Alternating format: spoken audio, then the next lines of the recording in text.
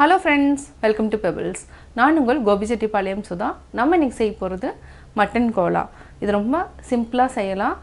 என்னென்ன ingredientsங்கறத பார்க்கலாம். மட்டன் கோலாக்கு நம்ம கொத்துக்கறி வாங்கி இருக்கோம். இது பாத்தீங்கன்னா 250 grams தான் நான் எடுத்துர்க்கேன். இந்த மாதிரி இருக்கணும். அதாவது நல்ல பொடி பொடியா இருக்கணும். இது வந்து என்னன்னா லைட்டா கொஞ்சம் இந்த மாதிரி கொழுப்போட வாங்குனீங்கன்னா தான் டேஸ்ட் வந்து நல்லா இருக்கும். நம்ம மட்டன் கோலாக்கு ரெடி பண்ணிக்கலாம். கடாயில ஒரு 3 டேபிள்ஸ்பூன் அளவுக்கு எண்ணெய் விட்டுக்கலாம். இதுக்கு நம்ம என்னென்ன போட போறோம்னா சோம்பு 1/2 டீஸ்பூன், மிளகு 1/2 டீஸ்பூன், தனியா 1/2 டீஸ்பூன், முழு கரம் மசாலா. அதாவது முழு கரம் மசாலானா பட்டை, லவங்கம், பிரிஞ்சி இலை, 4 வரமிளகாய், கருவேப்பிலை. இது எல்லாத்தையுமே நம்ம போட்டுக்கலாம். இது நல்லா வதக்கிக்கலாம். தனியா வந்து முழு தனியா போறப்பன்னா உங்களுக்கு வாசம் வந்து நல்லா இருக்கும். நம்ம அதனால முழு தனியாவை அப்படியே ஆட் பண்ணிக்கிறோம். அதே மாதிரி மிளகாய் வந்து குண்டு மிளகாய் இருந்ததுன்னா போட்டுக்கோங்க. நான் வந்து நீட்ட மிளகாய் ஆட் பண்ணியிருக்கிறேன். இதெல்லாமே ஆப்ஷனல் தான். இது பச்சை வாசம் போகிற வரைக்கும் வதக்கிக்கலாம். நல்லா வதங்கினதுக்கப்புறம் ஒரு பெரிய வெங்காயம் ஆட் பண்ணிக்கலாம். பொடியாக நறுக்கியிருக்கிறேன். இது ரொம்ப நேரம் வதக்க வேண்டியதில்லை, கொஞ்சம் லைட்டாக வதக்கினாலே போதும். அதாவது 30 செகண்ட் நல்லா வதக்கிட்டு இஞ்சி பூண்டு பேஸ்ட் ஆட் பண்ணிக்கலாம். 30 செகண்ட் ஆகிடுச்சு. 1 டீஸ்பூன் அளவுக்கு இஞ்சி பூண்டு பேஸ்ட் ஆட் பண்ணிக்கலாம். தேவையான அளவு நம்ம உப்பு ஆட் பண்ணிக்கலாம். வெங்காயம் வதக்கியாச்சு. இப்போ நம்ம கீமாவை ஆட் பண்ணிக்கலாம். இது வந்து ஒரு 10 to 15 மினிட்ஸ் வந்து தண்ணி வந்து ஊற்றக்கூடாது. தண்ணி ஊற்றாமல் பொறுமையாக அப்படியே வதக்கிட்டே இருக்கணும். இப்போ நம்ம மசாலா ஆட் பண்ணிக்கலாம். மஞ்சள் தூள், தனியாத்தூள், மிளகாய்த்தூள், கொஞ்சமாக கரம் மசாலா ஆட் பண்ணிக்கலாம்.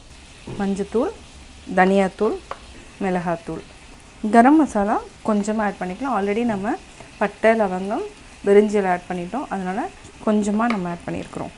சிம்மில் வச்சுட்டு நல்லா ஃப்ரை பண்ணிக்கலாம். அதுக்கப்புறம் ஆற வச்சு அரைச்சிக்கலாம். கொத்தமல்லி போட்டுக்கலாம். இப்போ நம்ம ஆஃப் பண்ணிக்கலாம். இதை ஆற வச்சு அரைச்சிக்கலாம். மட்டன் நல்லா வெந்துடுச்சு. மட்டன் கீமாவை நம்ம அரைச்சிக்கலாம்.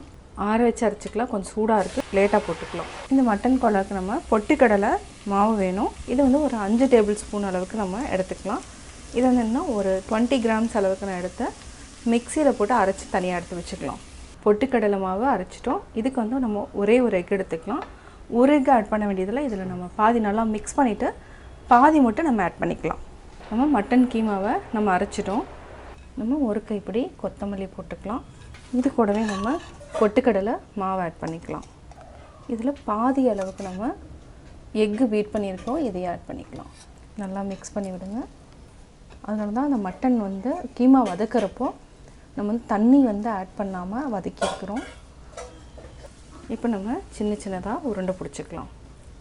நம்ம எல்லாத்தையும் மிக்ஸ் பண்ணியாச்சு. இந்த மாதிரி உருண்டை பிடிச்சிக்கலாம். உங்களுக்கு இன்னுமே வந்து என்னென்னா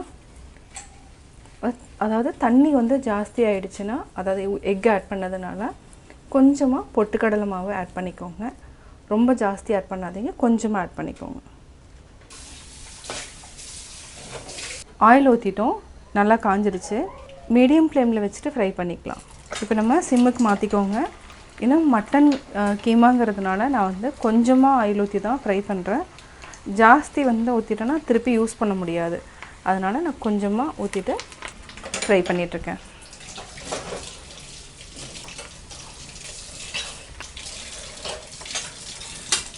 $250 கிராம்ஸ் அளவுக்கு நம்ம கொத்துக்கறி வாங்கியிருக்கிறோம். இதில் எவ்வளோ உருண்டைகள் வந்திருக்குன்னா 18 உருண்டைகள் வந்திருக்கு. இது வந்து என்னென்னா நம்ம சூடாக தான் சாப்பிட முடியுங்கிறதுனால நம்ம பாதி மட்டும் ஃப்ரை பண்ணிவிட்டு பாதி வந்து ஃப்ரிட்ஜில் வச்சுக்கலாம். சூடாக ஃப்ரை பண்ணி சாப்பிட்லாம். இதை எடுத்துக்கலாம். எண்ணெய் வடிஞ்சிட்டோம்.